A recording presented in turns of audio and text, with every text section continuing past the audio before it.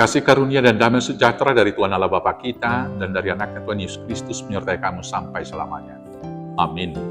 Selamat pagi saudaraku, mari kita melakukan aktivitas hari ini hanya untuk kemuliaan Tuhan. Dipandu firman Tuhan dari Yosua 22 ayat 5, demikianlah firman Tuhan.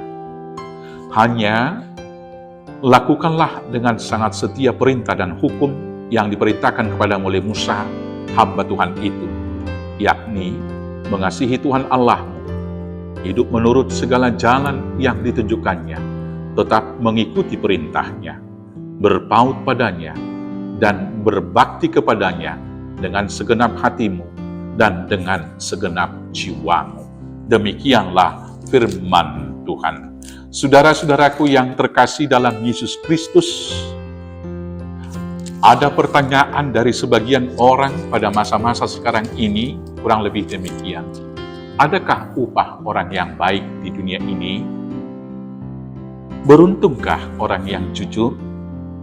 Apakah yang didapat seseorang kalau dia taat hukum? Perkataan-perkataan sinis ini muncul melihat kenyataan-kenyataan kehidupan. Karena kelihatannya orang yang mau melakukan hal-hal yang melanggar ketentuan kebenaran, mereka sepertinya lebih beruntung, lebih jaya, lebih kaya dalam kehidupannya. Orang-orang yang melakukan ketidakjujuran sepertinya mendapat keberuntungan dalam kehidupan. Orang-orang yang memutarbalikkan hukum, merekalah kemudian yang mendapat banyak kesempatan dan lain sebagainya. Itulah realita kehidupan. Tetapi saya mengatakan itu seolah-olah. Dan bagi kita sekarang, ini menjadi perenungan bagi kita.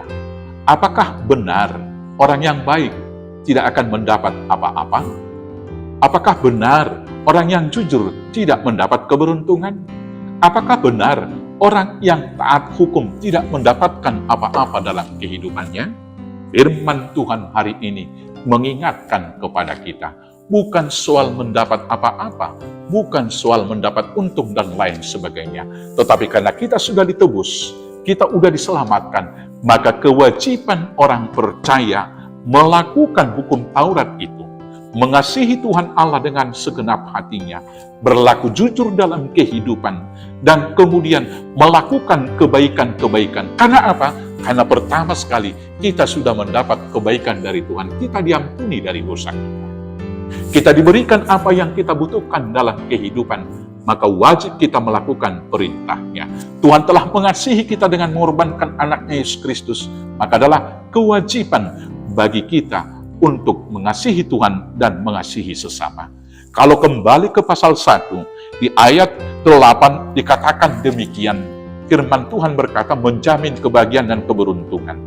Di ayat 8, Yosua 1 ayat 8, janganlah engkau lupa memperkatakan kitab Taurat ini, tetapi renungkanlah itu siang dan malam, supaya engkau bertindak hati-hati sesuai dengan segala yang tertulis di dalamnya. Sebab dengan demikian, perjalananmu akan berhasil dan engkau akan beruntung. Jaminan dari Tuhan, kalau kita setia dalam hukum dan Taurat Tuhan, maka jaminan bagi kita, kita akan berhasil dalam hidup di dunia dan juga nanti di akhirat, dan kita juga akan mendapat keberuntungan. Apakah keberuntungan dan keberhasilan yang kita terima? Pertama sekali, hati dan jiwa kita akan tenang dan damai sejahtera. Itulah kebahagiaan yang luar biasa. Ketenangan, sukacita, dan damai sejahtera tidak dapat dibeli dengan materi.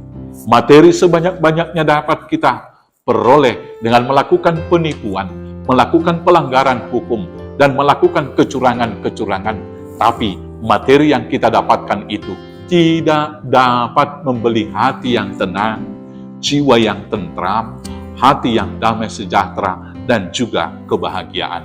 Keberuntungan dari mana itu kita dapatkan? Saudara-saudaraku yang terkasih, keberuntungan yang berikutnya adalah bahwa anak keturunan kita akan diberkati, dan kemudian kita akan memperoleh mahkota kehidupan. Maka karena itu, hendaklah kita setia menjaga, merenungkan, melakukan hukum Taurat Tuhan, supaya kita berhasil di dunia, dan mendapat keberuntungan. Tuhan Yesus memberkati. Amin. Kita bersatu dalam doa. Terima kasih Bapa atas firman-Mu, maka teguhkanlah hati kami untuk mengasihi Tuhan dengan sungguh-sungguh dan melakukan semua perintah-Mu dengan taat dan setia. Di dalam Yesus Kristus Tuhan Juru Selamat kami yang hidup. Amin. Selamat beraktivitas, Tuhan Yesus memberkati. Horas, horas, horas.